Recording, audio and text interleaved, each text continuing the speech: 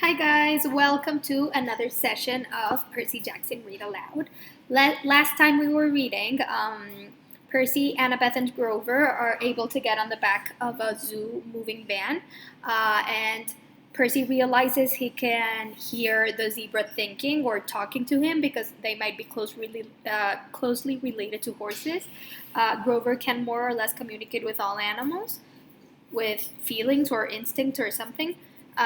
And they are able to free the zebra in Vegas. Also, in this chapter, we realize that the last quest that Grover had failed had been with Zuze's daughter, Talia, who got turned into a tree. And that turns out that Annabeth was with Grover in that same quest as well. We realize a little bit about Annabeth's dad as well, how he was mean for most of his life, and then he tried to make amends. She went to live with him for a while, but then his new wife wasn't happy about that, and she went back and lived in Camp Half-Blood. Okay, so Maurice and Eddie, who were like the people in charge of the truck, Maurice and Eddie ran after it, with a few policemen running after them, shouting, "Hey, you need a permit for that!" "Now would be a good time to leave," Annabeth said. "The other animals first," Grover said. "I cut the locks with my sword." Grover raised his hands and spoke the same goat blessing he'd used for the zebra. "Good luck," I told the animals. The antelope and the lion burst out of their cages and went off together into the streets. Some tourists screamed. Most just backed off and took pictures, probably thinking it was some kind of stunt by one of the casinos. "Will the animals be okay?" I asked Grover. "I mean, the desert and all." "Don't worry," he said. "I placed a satyr sanctuary on them." "Meaning?" "Meaning they'll reach the wild safely," he said. "They'll find water, food, shade, whatever they need until they find a safe place to live." "Why can't you place a blessing on us like that?" I asked. "It only works with wild animals." "So it would only affect Percy," Annabeth reasoned. "Hey," I protested, so Annabeth joking that Percy is a wild animal. "Kidding," she said. "Come on, let's get out of this filthy truck." We stumbled out into the desert afternoon. It was 110 degrees, easy, and we must have looked like deep-fried vagrants, but everybody was too interested in the wild animals to pay much attention to us. We passed the Monte Carlo and the MGM. We passed pyramids, a pirate ship, and the Statue of Liberty, which was a pretty small replica, but it made me homesick. I wasn't sure what we were looking for, maybe just a place to get out of the heat for a few minutes, find a sandwich, a glass of lemonade, make a new plan for getting west.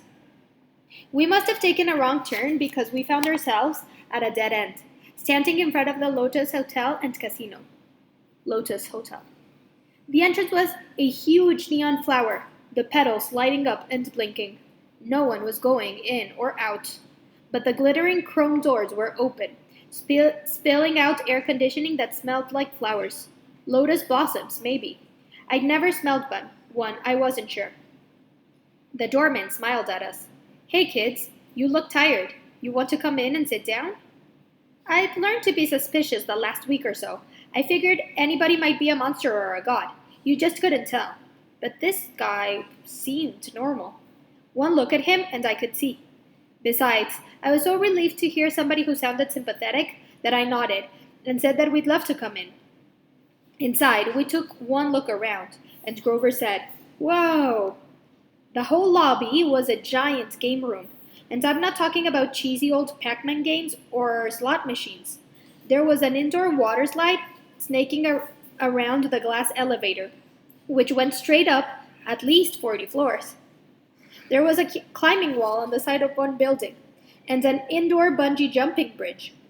There were virtual reality suits with working laser guns, and hundreds of video games, each one the size of a widescreen TV. Basically, you name it, this place had it. There were a few other kids playing, but not many. No waiting for any of the games. There were waitresses and snack bars all around, serving every kind of food you can imagine. "Hey," a bellhop said. At least I guess he was a bellhop.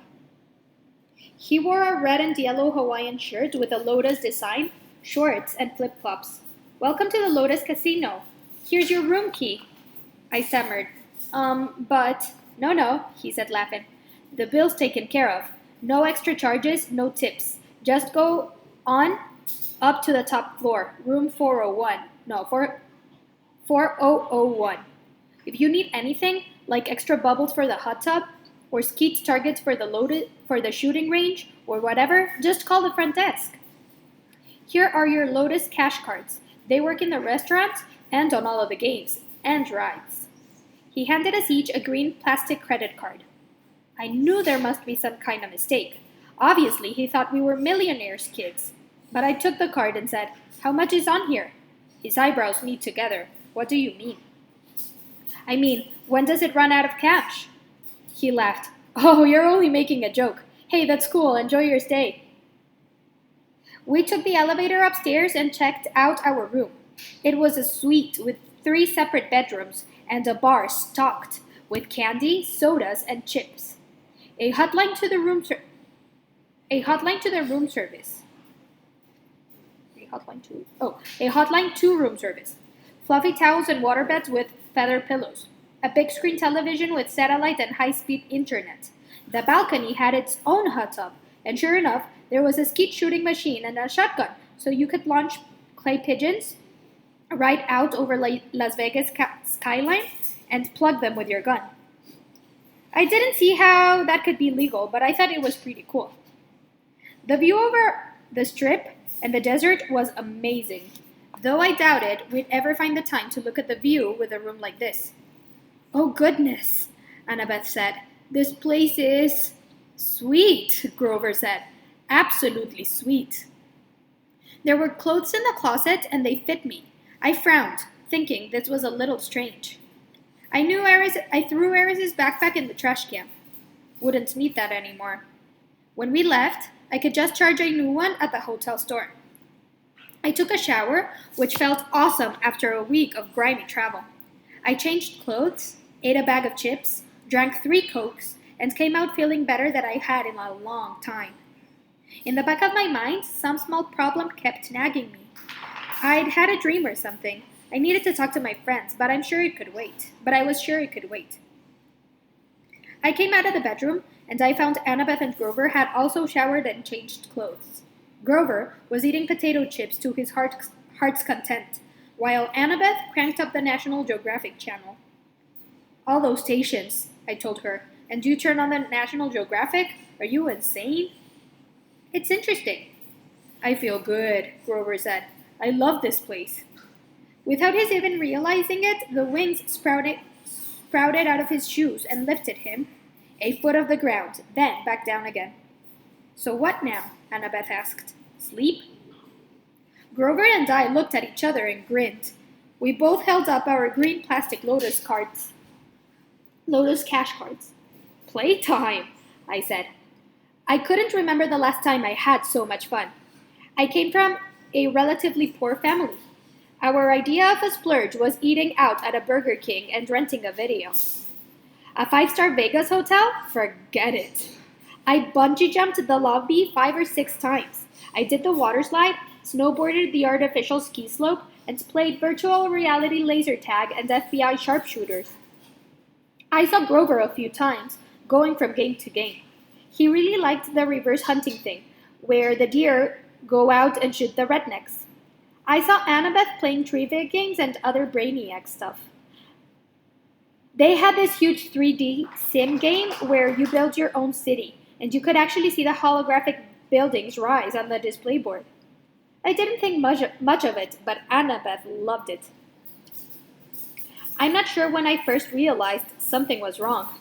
Probably it was when I noticed the guy standing next to me at VR, so virtual reality, sharpshooters. He was about 13, I guess, but his clothes were weird. I thought he was some Elvis impersonator's son. Elvis, do you guys know who Elvis is? Elvis Presley's the rock and roll star from a couple of years ago, and in Vegas, he's very famous for a lot of people make impersonations of him in Vegas. Okay, I will return in the next video.